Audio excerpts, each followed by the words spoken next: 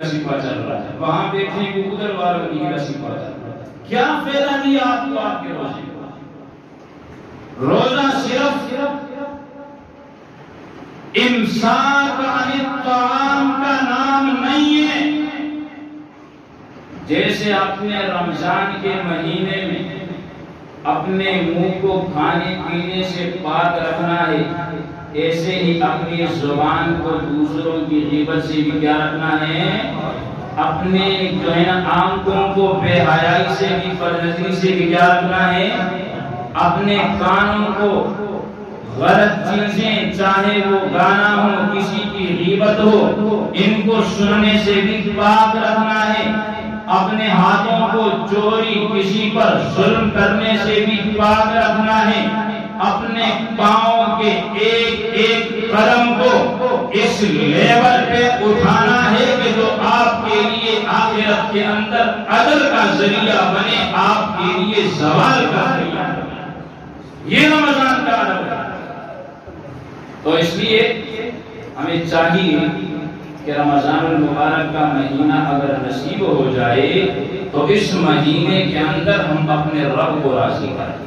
اس کو راضی کریں، اپنے رب کو راضی کریں. پہلے ایک وعید سنیے گا، پھر میں آپ کو رمضان کے فضائل بتاؤں گا.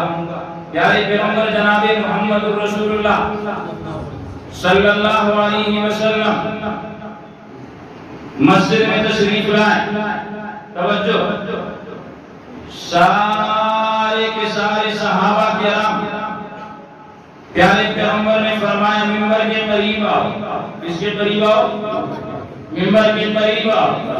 جناب محمد رسول اللہ صلی اللہ علیہ وسلم جیسے ہی منبر پہ چڑھے، پہلی جو ہے نا سیڑھی اس پہ قدم رکھا، آپ نے فرمایا آمین. دوسرے پہ رکھا، پھر آپ نے فرمایا آمین. تیسری پہ رکھا، پھر آپ نے فرمایا آمین. صحابہ کرام کو بڑا تعجب ہوا. کیوں؟ کہ پیارے پیغمبر نے ایسا پہلے کبھی نہیں کیا. یہ خلاف واقعہ کام حضور علیہ السلام نے کی. بیان سے فارغ ہوئے تو صحابہ کرام نے پوچھا کہ یا رسول اللہ، آج آپ نے ایسا کام کیا جو آپ نے پہلے کبھی نہیں کیا تھا. پیارے پیغمبر جناب محمد رسول اللہ نے فرمایا، توجہ، کہ جب میں منبر پہ جانے لگا تو جبرائیل امین میرے سامنے آ گیا اور انہوں نے 3 بددعائیں کی اور ان بددعاؤں پہ میں نے آمین کہی. اب یاد رکھیے گا، بددعائیں مانگنے والا، بددعائیں دینے والا سید الملائکہ ہے. ایسا فرشتہ ہے کہ جس فرشتے نے آدم سے لے کر جناب محمد رسول اللہ کا ہر ایک نبی کے لیے اللہ رب العزت کا پیغام پہنچایا، وہ صرف سید الملائکہ نہیں، اس ملائکوں کا سردار بھی ہے، وہ فرشتوں کا بڑا بھی ہے، وہ فرشتوں کا سپہ سالار بھی ہے، اور فرشتوں میں سے اللہ رب العزت کے سب سے زیادہ قریب بھی ہے. وہ جبرائیل امین بددعا کر رہا ہے اور سید الانبیاء، امام الانبیاء، فخر الانبیاء جناب محمد رسول اللہ نے اس پہ آمین کہی.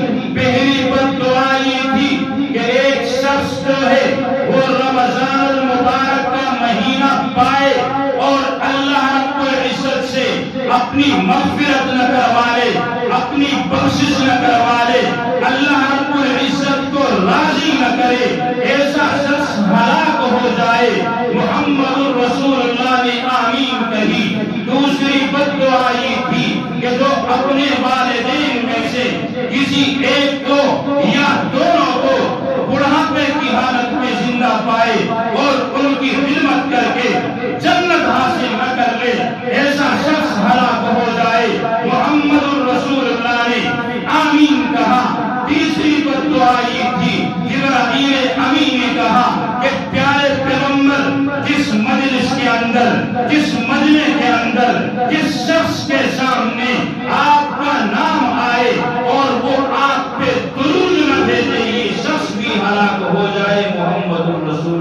فرمایا تو موقع اور محل کے مطابق اس طویل حدیث ہمارا استدلال کیا ہے کہ جبرائیل امین نے بدعا کی کہ جو شخص رمضان المبارک کا مہینہ پائے اور اللہ سے اپنی مغفرت نہ کروائے یہ شخص ہلاک ہو جائے، اور محمد رسول اللہ نے اس پہ آمین کی۔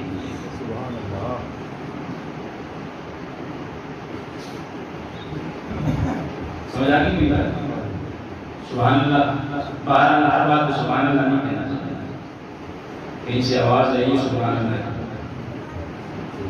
تو ہر بات موقع مان دیکھا ہے نا۔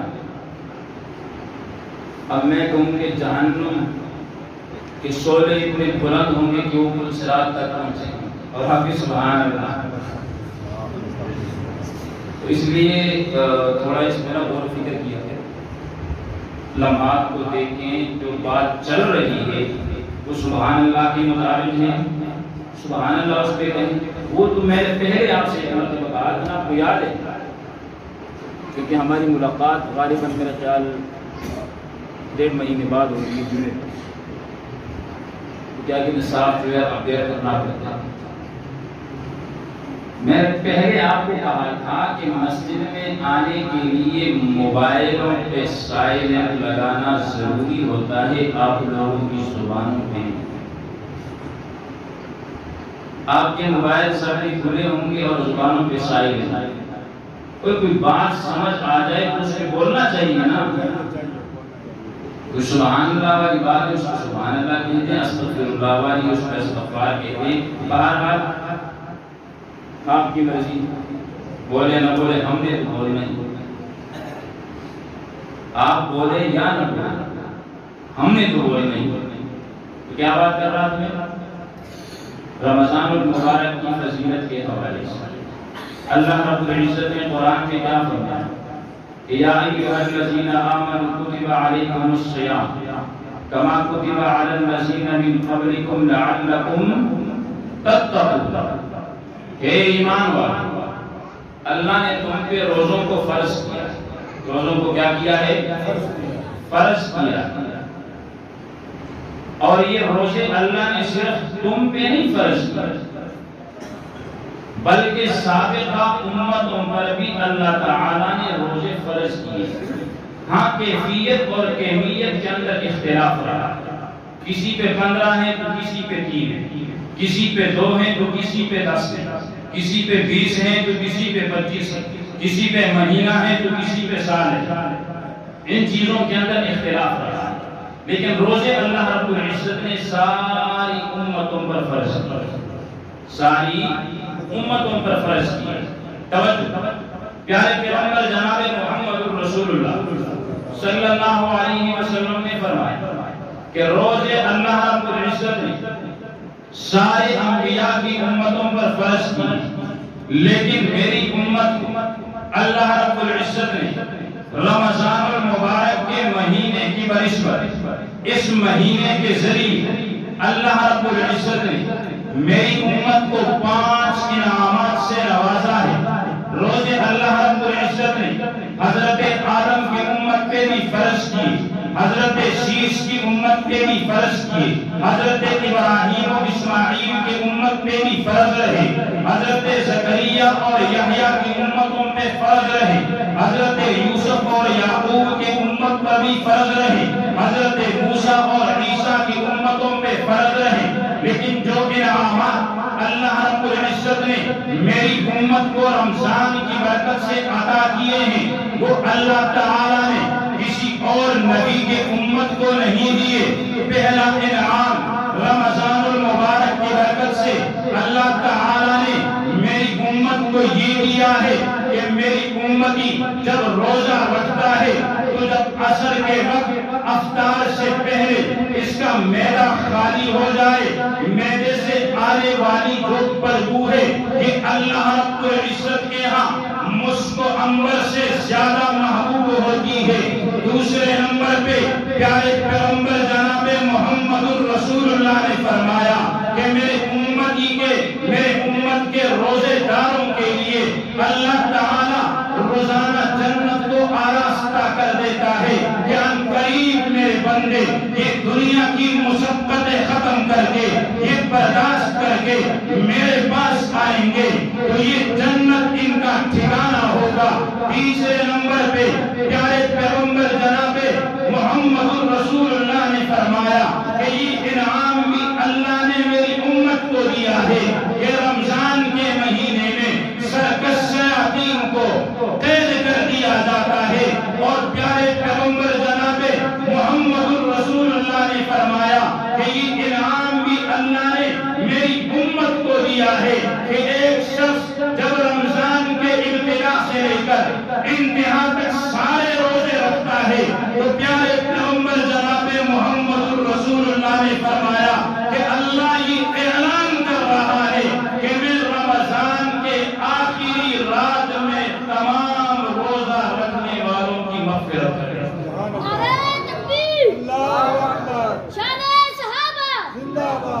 تمام روزہ رکھنے والوں کی کیا کر دیتا ہوں؟ بولو نا۔ اب اگر ایک شخص روزہ ہی نہیں رکھتا وہی فضائل کے اندر شامل ہے۔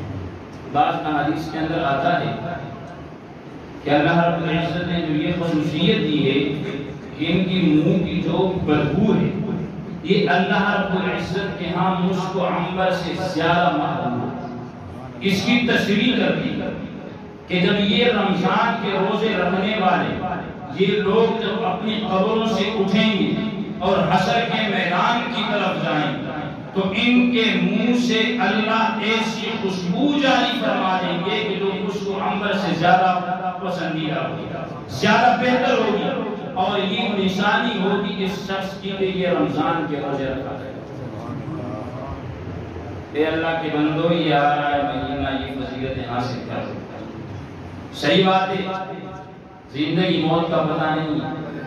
جو رمضان المبارک کے مہینے میں روزے رکھتے ہیں یہ مہینہ ان کا بھی گزر جاتا ہے، جو نہیں رکھتے ان کے بھی گزر جاتا ہے، اور یہ ممبر رسول میں بیٹھ کے آپ سے کیا کہ جو رمضان کے مہینے کے روزے رکھتے ہیں ان کا مہینہ ان سے کئی ہزار گنا بہتر گزرتا ہے جو اس مہینے کے روزے ہیں۔ تو اس لیے اللہ رب العزت نے موقع دیا تو اس موقع کو ضائع نہیں کرنا، اس موقع سے فائدہ اٹھائے۔ پیارے پیغمبر جناب محمد رسول اللہ صلی اللہ علیہ وسلم نے ایک موقع فرمایا کہ رمضان کا مہینہ یہ ایسا مہینہ ہے، بڑا مبارک مہینہ، اوے ہم جو رمضان کے مہینے میں تھوڑا سا کام کرتے ہیں نا اپنے لیے مشکل سمجھتے ہیں۔ غزوہ بدر جو اسلام اور کفر کا پہلا معرکہ یہ کس مہینے میں پیش آیا؟ رمضان کے مہینے۔ کوئی عرب کا علاقہ ہے، تپتے ہوئی صحرا ہے اور صحابہ ہیں، روزہ رکھا ہے اور روزے کی حالت میں وہ اللہ کے دشمن سے جہاد کرتا ہے۔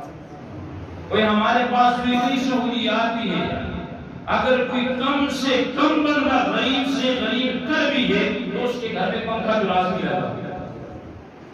بہرحال عزم کریں، آپ عزم کریں اپنے